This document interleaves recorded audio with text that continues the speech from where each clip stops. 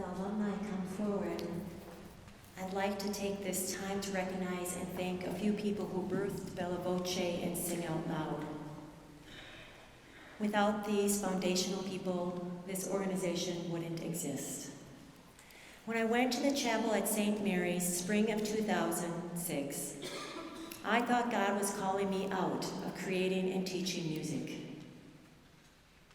It was a turbulent time in my life with lots of pain. As I sat in the pew for hours on that spring day, I could suddenly hear singing. It was from girls. I could see them standing around the sanctuary singing. I marched right down to the chapel office without delay and asked the secretary to book a Christmas concert for 2007. She said, "Okay, so what's the name of your group?" And I looked at her with big eyes and said, "No clue. I don't know." She said, "Okay, how many in the group?" I said, "Don't know that either." She put her glasses down again and said, "Let me just pencil you in." From there on, Sing Out Loud was born. Parents, singers showed up on my doorstep asking me to start this organization. Our son Isaac was just 7 years old. He's over in the bass section in percussion. And he learned how to answer the phone. "Hello, Wine Millers and Bella Voce Young Women's Choir. Would you like to book an audition?" Do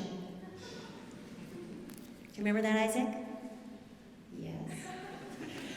I want you to look on page 2 and look at what this group has done in the past 10 years. Truly, from grassroots, a passion for girls to grow through their singing voice, Sing Out Loud was born. Nothing of value is ever done alone. I will name folks to stand, many who are not here tonight due to travel, the weather, and some who will be attending tomorrow. Paul and Ann Allen, our first board president and operational administrator. Doug and Dana Sparks provided support every step of the way, and Doug opened his church for us to hold rehearsals. Frank and Deb Prendergast led me to Bruce and Martha Clinton, and their niece Tracy Austin, our current board president. Pam Alpers, our first Bella Fiore accompanist. Dave and Linda Goodman, who emotionally supported me and hauled risers long after their daughter went through the program. Scott and Cindy Pauley. Scott served on our board in the early years, and Cindy is our outstanding woman who runs this organization, and she knows how to work with me, and that's saying a lot. Mary Ellen and George Malcation. Mary Ellen was here last night. George is at the ripe age of 90, Mary Ellen 85, and Mary Ellen was the founding accompanist the first 4 years of Bella Voce and like a mother to me. She taught me to shoot for excellence when teaching and to push the girls, which I do, right girls? Yeah.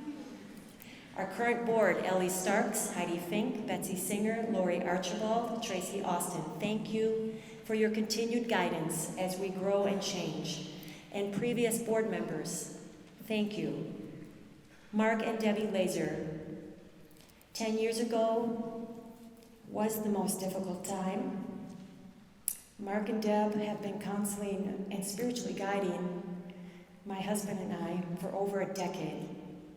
Without their guidance, care, and love, Bella simply would not be what it is.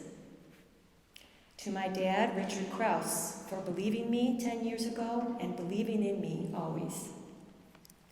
And to my Mark, from doing all the paperwork to start Bella, to grant writing, to running the lights and technical side of concerts, to doing the program, to hauling risers, doing the budget, cleaning up puke on the bus, and being the girls' doctor on every tour, willing to carry a man purse around for 10 days on tour, to playing percussion wherever you're needed, spending late nights after your work at Mayo Clinic, arranging music, and making my big ideas come true.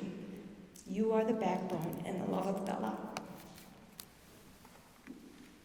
Thank you to these amazing people. Please stand if I called your name.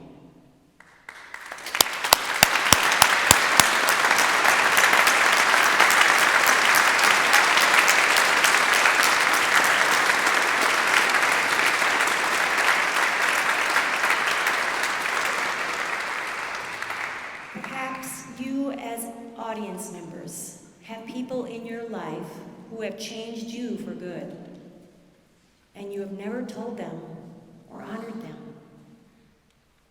I encourage you in this season of connection and gratitude to tell them.